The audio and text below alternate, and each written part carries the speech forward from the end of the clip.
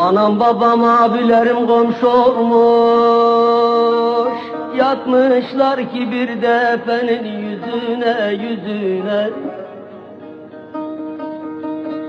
Hepsinin işi de yarıda kalmış, yarıda kalmış. İnmemişler hiçbir işin özüne, vuran vurmuş da sizler için dizine dizine.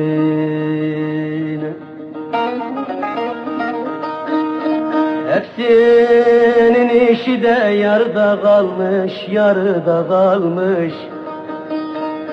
İnmemişler hiçbir işin özüne, vuran vurmuş da sizler için dizine dizine.